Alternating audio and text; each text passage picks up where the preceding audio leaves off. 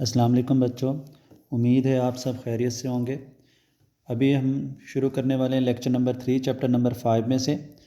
ये भी एक लॉन्ग क्वेश्चन में है और ये जो क्वेश्चन की लॉन्ग क्वेश्चन की स्टेटमेंट जो बनती है यहाँ पे लिखी हुई है, what is moment of inertia, find expression for moment of inertia of mass M rotating about point O. या दूसरी स्टेटमेंट इसकी बन सकती है, find the expression for moment of inertia of a rigid body. तो ये दोनों तरह से क्वेश्चन बन सकता है। तो सबसे पहले आपके पास मोमेंट ऑफ इनर्शिया की डेफिनेशन है जी, the product of mass and square of perpendicular distance from pivot point is called moment of inertia. किसी बॉडी के मैस और पिवट पॉइंट क्या होता है, उसका ओरिजिन। ये बॉडी सर्कल में घूम रही है, जिस पॉइंट के ओरिजिन के गिर्द घूम रही है हम कह देते हैं ये बॉडी इस पॉइंट से किसी स्पोर्ट के थ्रू क्या हो गई है, पिवट हो गई है। तो बेटा इस ओरिजिन से, इस सेंटर से, उस पाथ, जिस सर्कुलर पाथ में बॉडी मूव कर रही है उसके सेंटर से लेके सर्कल की बाउंड्री तक का जो डिस्टेंस है उसको हम मूवमेंट आर्म भी बोलते हैं। इस मूवमेंट आर्म का हम स्केयर करेंगे आर स्केयर, और इसको उस बॉडी के मैस से मल्टीप्लाई कर दोगे तो आपके पास आ जाएगा मूवमेंट ऑफ इनर्शिया। तो ये इसकी डेफिनेशन है, product of mass of body and perpendicular distance from pivot point. ठीक है जी, square of perpendicular distance from pivot point is called movement of inertia. तो यहाँ पे एक दूसरी डेफिनेशन इसकी फिजिकल जो मीनिंग है उसके अकॉर्डिंगली इसकी डेफिनेशन लिखी गई है, the rotational analogue of mass is called movement of inertia. बेटा एनालॉग का मतलब होता है मुतबादल, रिप्लेसमेंट जिसको बोला जा सकता है।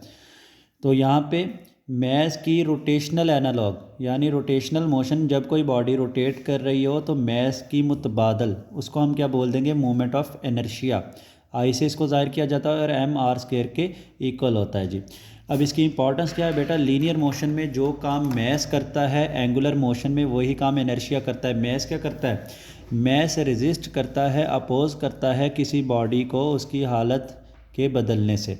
मतलब कि बॉडी अगर रेस्ट में है तो मैस, अगर आप उसको मूव करवाना चाह रहे हो तो मैस तब भी रेजिस्ट करेगा, और अगर कोई बॉडी मूव कर रही है तो आप उसको रोकना चाह रहे हो तो मैस तब भी रेजिस्ट करेगा। यही सेम काम एंगुलर मोशन में करेगा inertia. Mass is the quantitative measure of inertia भी बोला जाता है।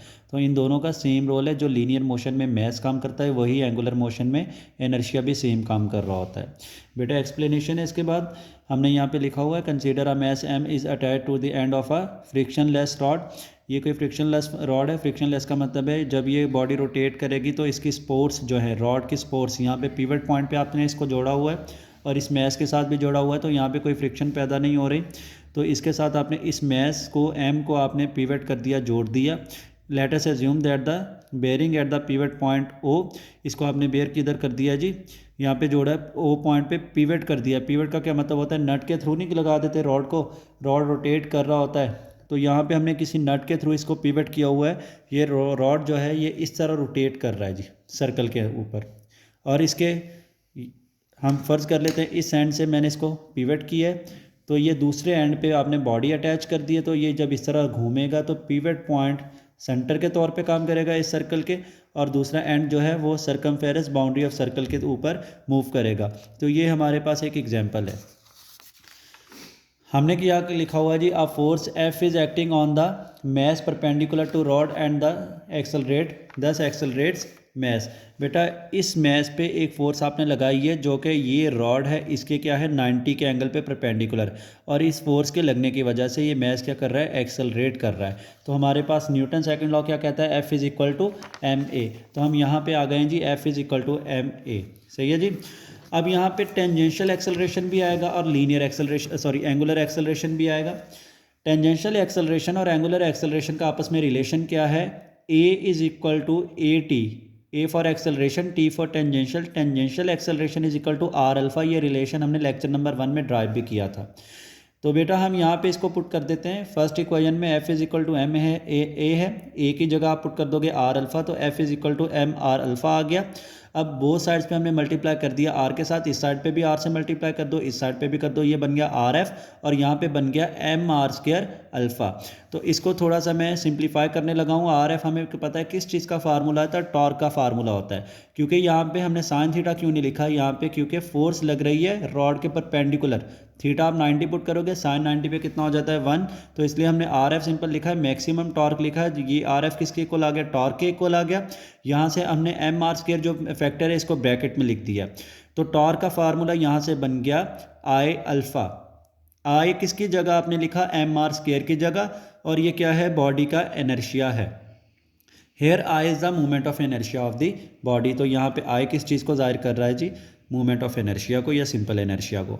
बेटा अगर आप इस इक्वेशन नंबर 2 को और इस इक्वेशन नंबर 1 को अगर कंपेयर करो, देखो एफ की जगह टॉर्क आ गया, यानी जब वो बॉडी लीनियरली मूव कर रही थी फोर्स लग रही थी। अब बॉडी जो है किसी सर्कुलर पाथ में मूव कर रही है तो टॉर्क लग रहा है उसके ऊपर, तो फोर्स का रोटेशनल इफेक्ट होता है टॉर्क। तो फोर्स की जगह आ गया टॉर्क, ए की जगह, ए क्या था, लीनियर एक्सेलरेशन या टेंजेंशियल एक्सेलरेशन, और ये क्या है, एंगुलर एक्सेलरेशन, अल्फा आ गया। ए की जगह अल्फा आ गया, फोर्स को रिप्लेस किया टॉर्क ने, ए को रिप्लेस किया अल्फा ने, एम को किसने रिप्लेस कर दिया है, अब आई ने, इनर्शिया ने।